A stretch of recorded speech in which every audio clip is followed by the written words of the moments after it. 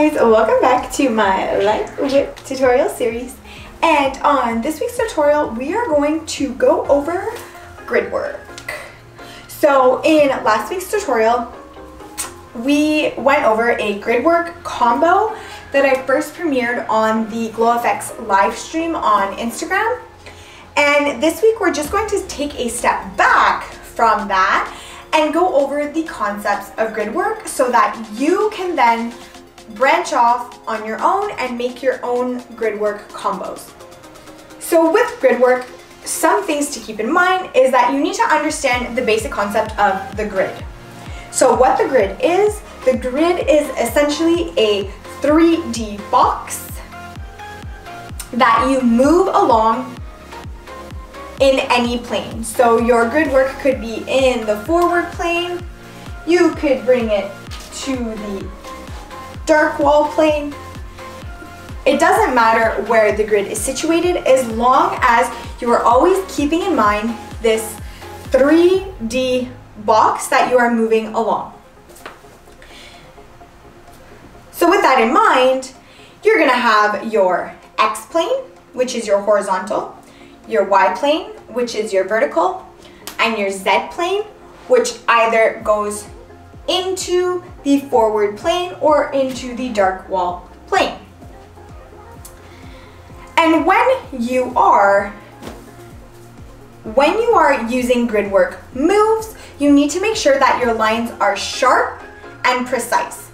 Because if you are trying to do Gridwork and you do something that doesn't really look clean and sharp, you will not get the proper effect that Gridwork is supposed to give you.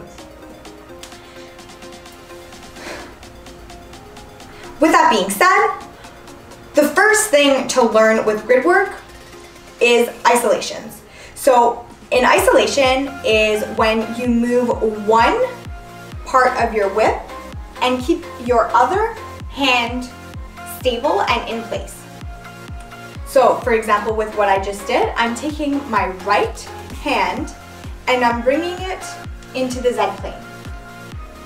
As I do that, my left hand remains in place and just turns with the whip. But the hand is not moving to the right, to the left, up or down. It needs to remain in place. The only reason it's moving is so that you can bring your whip into the next position. So with your isolations, you can isolate any way you want. You can isolate the right hand and go up. You can go down.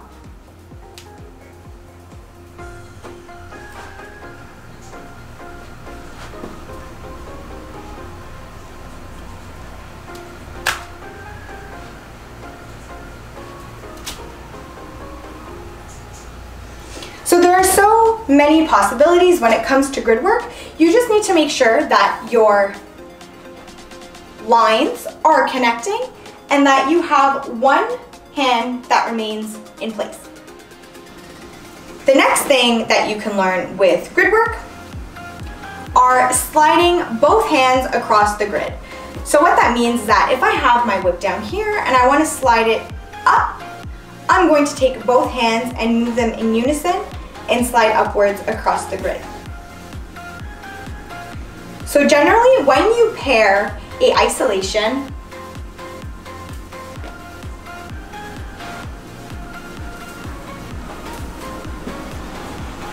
with a slide across the grid, you get a really nice effect. But you need to make sure when you are sliding across the grid, both hands move together in unison. The next simple thing that you can do with Gridwork are pivots. So what a pivot is that instead of just moving one side of your whip or one hand, you're going to move both at the same time, but the whip is going to remain in the same position. So what that means is that if I have my whip in my horizontal and I pivot, That means my right is going to go where my left is, and my left is going to go where my right is. So this is something that you will need to move your body with your whip. And with a lot of the grid work, since the whip is such a large prop, you will have to move your body with it. So sometimes that might mean stepping into it, might mean stepping back. You can move your body any way that you need to in order to make your grid work clean. So with pivots, it's just isolating the position in the middle rather than one hand. So the middle is going to be where I'm isolating, and then you flip. You can do it at the vertical,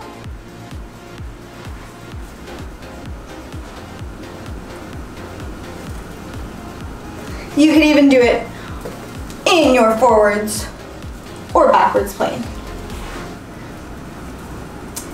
With pivots, it does just take a little bit of getting used to because you do have to move your body accordingly.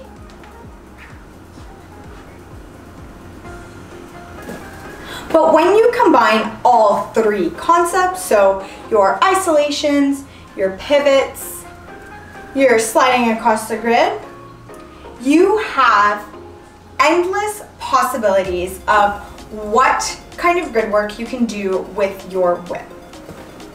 So just one more quick tip when it comes to grid work. You want to make sure that when you are doing your grid work, you are following the music. If you are not following the beat of the music and you are just throwing in random grid work here and there, it's not going to be as effective as if you were to follow along with the beat of the song.